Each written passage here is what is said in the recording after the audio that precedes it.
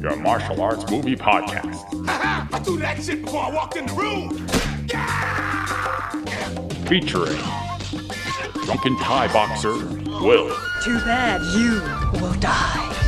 The also drunken wrestler Mark. I said I don't want trouble! And drunken karate master Zero. You've lost your balls. And now, Call. I know Kung Fu. You know, baby. Fists of Fail. Happy Halloween! Yeah, how are we topping Human Lantern, Zero?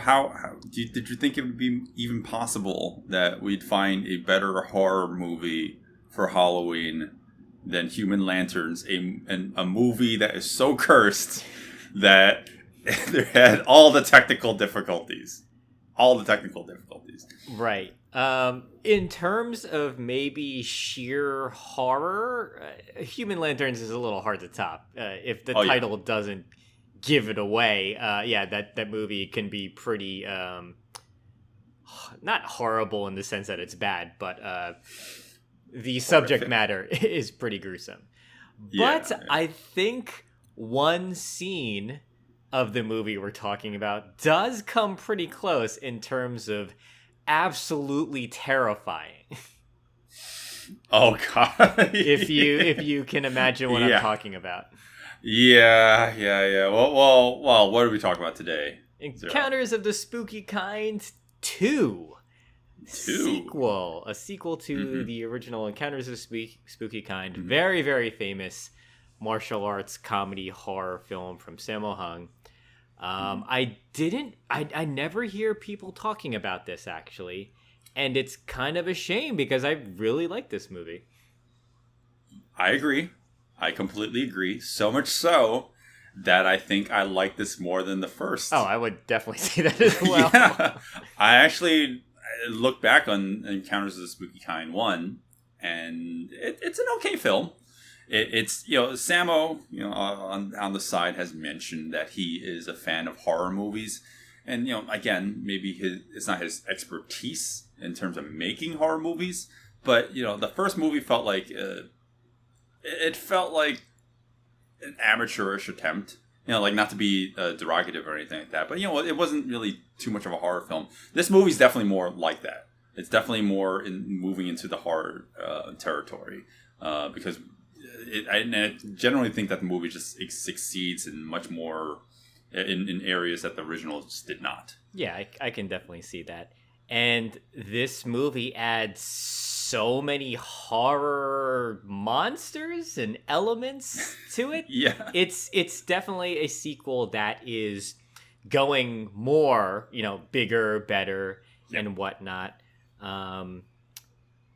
In terms of fights, maybe a little more as well, right? I definitely. Yeah, I can't remember the first one now that I'm thinking about it. I should have listened to that episode before we were I think the only thing that the first one does bigger than this sequel is maybe the fiery ending. No, because technically, yeah, maybe it's bigger in the first one, but there's a fiery ending to this movie too. I mean, yeah. Yeah. Well, okay. Encounters of Spooky Kind 2 obviously has Sammo Hung in it, but this also has Lam Ching-ying from the Mr. Vampire series, and that is obviously not a coincidence. This is directed by Ricky Lau, who also made Mr. Vampire. So there's obviously a connection there, and Sammo and Lam had they're pretty close friends, so it just made sense for them to collaborate. But the thing about this movie is that it's not really a sequel. It has nothing to do with the first movie, obviously, and the only this is called Encounters of Spooky Kind 2 because that's how they're marketed to the West, but the Chinese characters, they're just kind of similar to one another. They're not. It's more like a play on words. It's like they share the same characters, but they're not technically related in any ways. Plus, this movie came out 10 years later, so right. It's not like I wouldn't really consider it a sequel in any sense. So when you think is the second movie better than the first movie? It's like, well, technically they're not even really related if you really think about it. Yeah, but as a horror movie, I generally think it's better, and we're not just talking about Samo being swarmed in insects. Well, do we want to insects? Yeah, I don't know how else to elaborate on that. It's disgusting, and kudos to Samo for going the extra mile, because it just goes on and on. Oh God! So that scene. And it's okay that we can verbally spoil it, because you need to see it to really believe it, because Sammo Hung is covered in cockroaches, and it is chilling. If you don't like bugs, and especially us as New Yorkers who fucking hate cockroaches, to see a grown man covered head to toe in these insects, to the point that it kills him from shock, it's an amazing scene. Because the actor commits to it, and you're just like, oh my God, this poor man is just what he's doing for entertainment. Bless his soul. Exactly, bless his soul. It's quite the commitment. Maybe just overdid it a little bit, but hey, I appreciate the effort from Samo. Even when you just see the roaches just crawling over his eyelids, it's like, wow, he's really, really selling it. But we're jumping the gun. We haven't even talked about anything about the movie yet. What is Encounters of the Spooky Kind about, Zero? Oh man, or do you want me to do this? The story's... The movie's pretty simple to sit through, but it kind of does jump around a little bit. Like, the basic premise is Sammo Hung and Mang Hoi, they are students of Lam Ching Ying, and Sammo is engaged to this woman, but he's kind of like a poor man. So the father says, like, oh, you need to make money in order to really marry my daughter. So he kind of gives him a time frame. And so Sammo decides to open a food stall.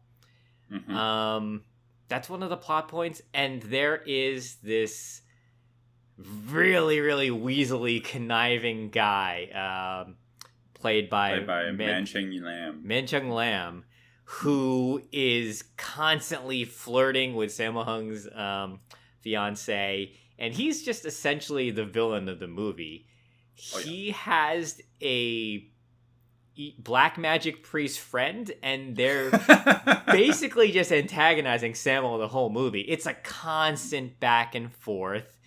And then they also befriend a female ghost who also serves a bigger plot point in the movie as well. Like it's a little hard for me to explain, because it does jump around a little bit, but when you watch it, you're just like, oh, okay, yeah, this, they're just going from point A to B to C to D to E, until they get to the end. Like, now that I'm thinking about describing it, it kind of goes all over the place. Yeah, I just realized that I'm like, oh yeah, the movie is simple, and then explaining it is way harder than actually just sitting through it.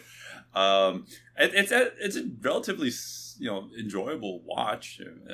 So the movie opens by subverting your expectations. It makes you think it's gonna be a vampire movie, and it's not. Oh my God, I completely forgot about that.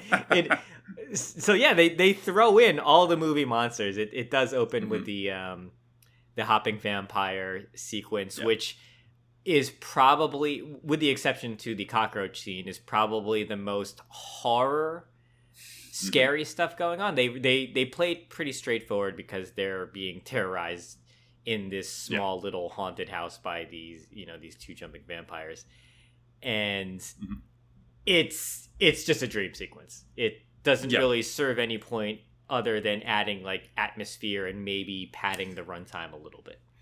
Right. It could only be one of two things. It could have been a dream sequence, or it could have been a flashback, because it just it's a hard opening. It's like, when you have no context to what's happening, Sammo and his fiance are running away, and they're suddenly vampires. And it's like, what? Where's the story?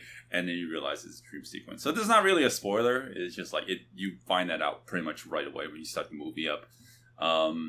But yeah, everything after that is everything you explained just now about the genuinely annoying dick bag of a character played by Lam Man Chung. Yeah, like you just like you obviously want to see him, get what's coming to him. Oh yeah, that actor does the annoying like conniving Weasley guy so well. Rapey, very rapey. Yeah. Just like he's got this face you want to punch. Like he's great acting from that guy because you want to see him go down. I don't know if I could say he gets what's coming to him at the end in the best way, but the whole the whole beginning of the movie when they set him up, when I was watching this again, I thought, okay, like is this still gonna flow very well? And when you're introduced to his character and then his black magic priest friend, you're just like, oh man, like I really want those guys to go down because they're just such weasels that I was like, okay, yeah, this is written really well. And one of the things I noticed is you really like all the characters in this movie. Well, I mean, besides the villains, they do a really good job. Right. I mean, like at least they fleshed them out too. Like, yeah, they're hateable characters purposefully. Right. No, and they. I think the movie is just genuinely, it has a lot of heart to it. Yes. Like, when even the ghost character who just kind of like comes in. Well, I was gonna say like she kind of gets wedged into the movie, but then you sympathize with her. They do a really, really good job at weaving these characters like personal lives together, and you just like everyone. So I was pleasantly surprised by all that. Yeah, and then even little side stories or side conflicts like Lam Ching Ying coming into terms of him being a priest of sorts, so he wants to exercise. It's his duty to exorcise the ghosts, but he has to come to relatively quickly this conclusion that like, oh, maybe I shouldn't do it to this one girl, right? After an epic fight scene. And I guess on that note, how are the fights in the movie? I mean, what were your thoughts there? They're not bad. They're just different because this is the 90s now, and this is technically modern choreography. I feel that some of the fights are actually really, really interesting, and they're the ones that are not really martial arts choreography based. Like I love the astral projection fight that happens between the two priests. Like that is so fun. It's two men who are not in the same room. They're fighting each other. So it's a combination of special effects, it's a combination of practical effects, and then the editing is helping to just show that these two men are physically hurting each other when they're nowhere near each other. Like I thought that was like a really, really cleverly done fight. It's so creative. Like that's definitely that was the one moment of the movie that surprised me more than any other. That one particular fight that we're both referencing. But I'd say in general, the special effects in the movie, I mean, they range from like okay to like surprisingly good throughout the whole film. So like it's I think generally speaking, the fighting. The choreography is just okay. Like when I really take one step back, but it's highlighted by the supernatural elements that are happening. Like there's a lot of mysticism and a lot of like fire, like lasers coming out people's fingers, and explosions. Ghosts flying in. Astral projecting into a body, leaving a body. It's like, okay, well, it's more complicated. Yeah, that a lot more supernatural. Right, that was the kind of stuff I like too. When the ghost is possessing, in one of the later fights, the ghost is possessing Samuel's body, but then getting pushed out by the priest, and they're making fight choreography out of that. Like that was clever. Like there's lots of really neat ideas, but when it comes to physical hand-to-hand exchanges, it's not doing anything noteworthy, but it's still fun because the premises behind the fight are entertaining. Yeah, yeah. And well, I mean, for a movie like this, it doesn't really need to spend too much time on creating these overly elaborate choreography sequences. And not to say that the movie doesn't have them. I noticed that they do spring up here and there. But it really is all about the supernatural elements that are sprinkled throughout. And I'm actually surprised by the quality of the effects. Say, for example, I mean, this is 1990, right? Like there's a moment where one of the characters, the ghost character, she astral projects and makes a duplicate of herself. And, that's easy.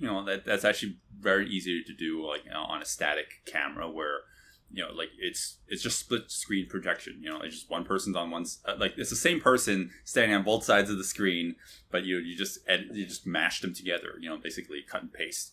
But the camera is moving in one of the shots, and I was actually kind of surprised that they were able to accomplish that. I mean, if you really look deep into it, like, you can see where the edit is, but I'm actually very surprised that they were able to do something like that. And that's, I guess, like, now we're entering the 90s. Yeah, we were starting to get really like generic green screening effects, like in America at this point. So, like, you could see where it's going to start to come overseas and whatnot. Yeah. So, I mean, I think the star of the show is, like, all the supernatural elements, which you would think, because of previous Halloween episodes we've done, it's usually a detriment, right? Sometimes we complain about, like, because the supernatural elements are so overplayed or, like, so front and center, the choreography takes a hit. But no, like, this actually works in tandem with it. I think it works so well because even when there is like a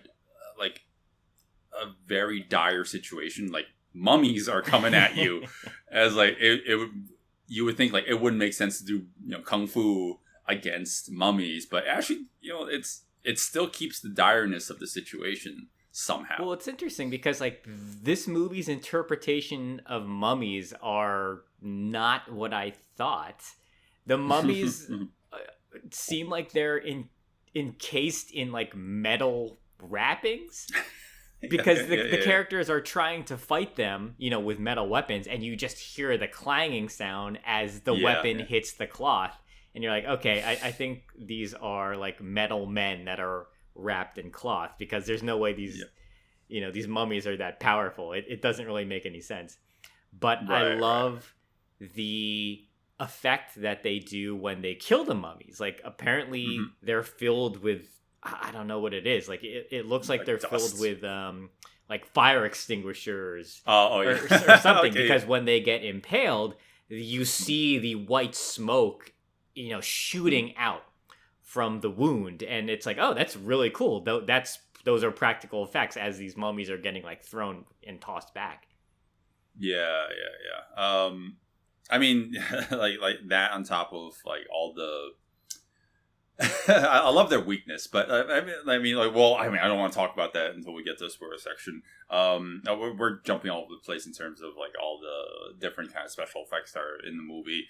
I mean, this is something I grew up with, especially growing up around Chinese media and movies, television shows especially. Like, there's a lot of, like priests that will shoot lasers out of their fingers, and it's, like, become so part of Chinese pop culture, Chinese media and Chinese culture, that I always found that ridiculous. And I always wonder, like, when someone who's not Chinese watches these things, does it look ridiculous to you, or do you just go with it, or do you question, like, why is he suddenly shooting lasers out of his fingers? I mean, like, some of it doesn't make sense to me. So, okay, for example, when Sammo is fighting the vampire in the beginning, he bites his finger to draw blood, and when he shoots the blood from his fingers, that can hurt the vampire. But then the vampire can go and suck on his fingers on the wound. I was like, where are you going? Yeah, like, the vampire starts sucking on the wound to suck the blood out, but it's like, wait, I thought the blood hurts. So there's a disconnect there, right? Like, that feels like a contradiction. I know as much as you do Right. regarding that. I really don't Yeah. know. I mean, that's obviously played for laughs. Maybe they're trying to imply like, oh, it hurt at first, but then the vampire is so strong, it doesn't matter. Yeah, I'm wondering how much of this is just lost on anyone who's like not woven into Chinese culture. But for the most part, it seems like you've got the gist of, like, I've all seen the magical fighting. right. I've seen like enough of these already where I get it through context. I don't know the Okay. specifics. So to go back to what you were saying, there are a few moments where it seems a little hokey, like when Lam Ching Ying, he keeps on like doing finger guns at Finger bang. yeah, he does the finger gun bang at a candle, and it causes the flame to shoot higher. And doing that once, it's like, okay, yeah, I get it. It's like he's concentrating, I don't know, his chi, and it's causing the flame to go higher. But they repeat it over and over and over again, and so the flame keeps on going up and down. And then we have that dated sound effect to go with it. So that's where it becomes cheesy for me instead of maybe magical or interesting. Yeah, I don't think that's a cultural thing. They're just playing it up because, movie, and they just want to show, oh, look, he's pretty much just performing magic. Yeah. Or he's like Job from Arrested Development. Where did the lighter fluid come from? Oh, and then there's another thing, which I think it's probably it's more of a dated aspect of the movie where he is using a yo-yo that has the yin-yang symbol on it. And it just looks really cheesy. It's hard to take that seriously as a magical item that he's using to try and find the ghost, right? I get that's what it's doing. But when he's like making, like this around the world, or doing like the seesaw with the yo-yo, I'm like, this doesn't hold up. All right, we're all 90s kids at one time. We know why this movie has a yo-yo fight sequence. Right. It's because it was the early 90s, like his prime's era for that. I thought it was kind of ridiculous when that happened, but again, like that's an instance where I feel like, okay, that is clearly not taken from a cultural aspect. They're just doing that because yo-yos are hip and cool at the time. I see. They just like that's the way I interpreted it. Mm-hmm. Is there anything else that seemed like that really stuck out with you in terms of like the cultural stuff? Cultural stuff, no. Like I mean, like I've we've been watching these movies now for a couple of years. Oh, yeah. Like I love the dueling priest stuff. It's just so fun. And then, I mean, you can't have I guess one of these supernatural movies without killing animals. Well, I mean, maybe that frog was dead already. I want to assume it was because I think that's a real frog. The character. I don't think it was moving. Yeah, that's what I'm saying. So, well, you see guts, you see organs, and you see eggs. So, be warned if that creeps you out. But I think the star of the show in terms of really making people uncomfortable is going to be the cockroach scene. So, like. I think once you get past that and then you see a man cut open a frog's stomach and take out the eggs, you're like, okay, I'm immune to all of this stuff now.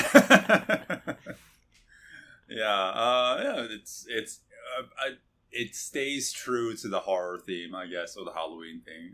I mean, animal cruelty and roaches aside, I think the movie in general is a good candidate for Halloween watch. So before we even get to the action segment or even the recommendations, like, yeah, you definitely go say check it out. But definitely want to break down the movie some more. So this is where you can listen to our action and story spoilers segment if you follow us on Patreon at Fist of Fail, where we're going into greater detail, basically breaking down all the action. You guys all heard this spiel before. But yeah, also we have our quick jab episodes for other movies that we have watched. Maybe one of us has watched, and mostly me. Determined mostly him. Yeah. Anyways, so if you wanna hear Will try to decipher a movie based solely on a trailer, then you should subscribe to us on Patreon because there's some funny anecdotes that come from those episodes. Right. We have a whole ton of those episodes. We really wanted to cull through all the movies to find some good quality ones for these full episodes. But we have a lot of backlogged movies to discuss. But on with the show. We'll talk more about Encounters of Spooky Kind 2. Hey guys, thanks for listening to the podcast. We're at the point where we give our recommendations, but there's a whole wealth of audio you would be listening to here if you follow us on Patreon.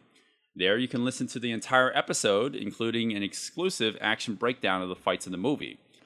And now on to our final thoughts. Yeah, Encounters of Spooky Kind 2. Good movie. Very, very good movie. Very good Halloween pick. I gotta ask again, like, where were these movies a couple years back? Because I feel like every year we struggle with Halloween. Yeah, I mean, every year we're running out because Hong Kong is the valley of the martial arts horror films, and we're just whittling away because not all of them are good. I've watched a couple martial arts horror films, and unfortunately, they just aren't up to snuff. So it's like that's where we have to choose from, but they're not always the best either. So yeah. I mean, we can always cover more of Steven Seagal's horror movies because Against the Dark, I can't. How many times have we talked about Against the Dark this whole?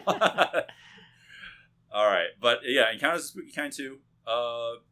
Very solid film. I thought it was very entertaining. There's really not a lot of lulls in the movie. In fact, I don't think there's any.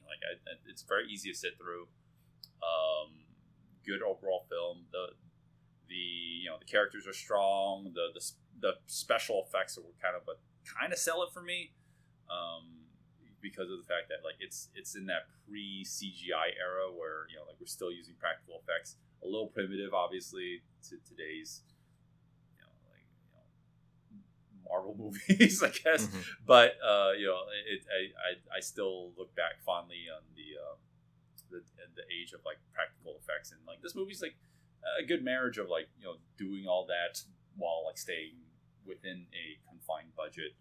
And I'm very impressed with the fact that they could weave in so many horror elements into the movie and make it work, because Hong Kong isn't usually the place I go to for horror films. Right.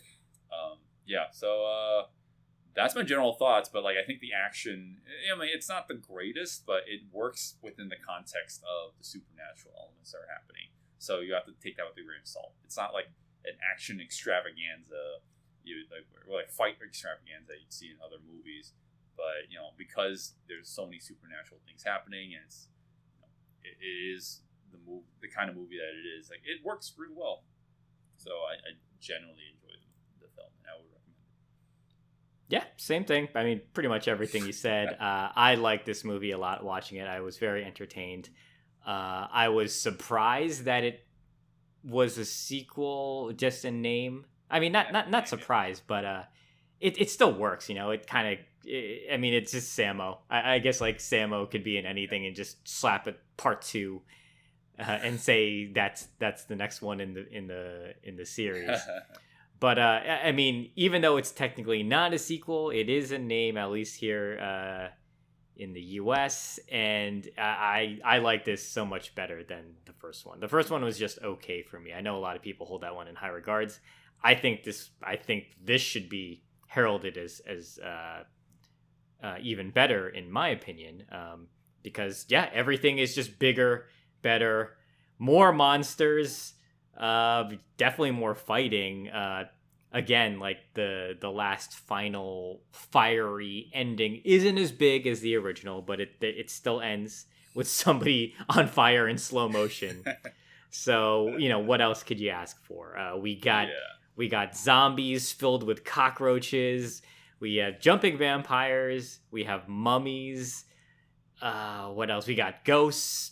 And we have Snake Man, which I don't think are part of that Universal Monster original lineup. But hey, maybe they need to be added somewhere. Yeah. And they have roaches. The roaches. They have roaches. Zombies filled with roaches. My God. Fucking nightmare. I can't stress enough the roaches. Yeah, if you are squeamish to that, maybe skip that scene. But for the most part, yeah, go watch the movie. Just for the fact that Samuel gets covered from head to toe in cockroaches. My God, like, I just remember that I live in a New York City apartment, and at any moment that could happen to me too. Well, just don't rip off anybody's head, and maybe you won't get covered. Happy Halloween!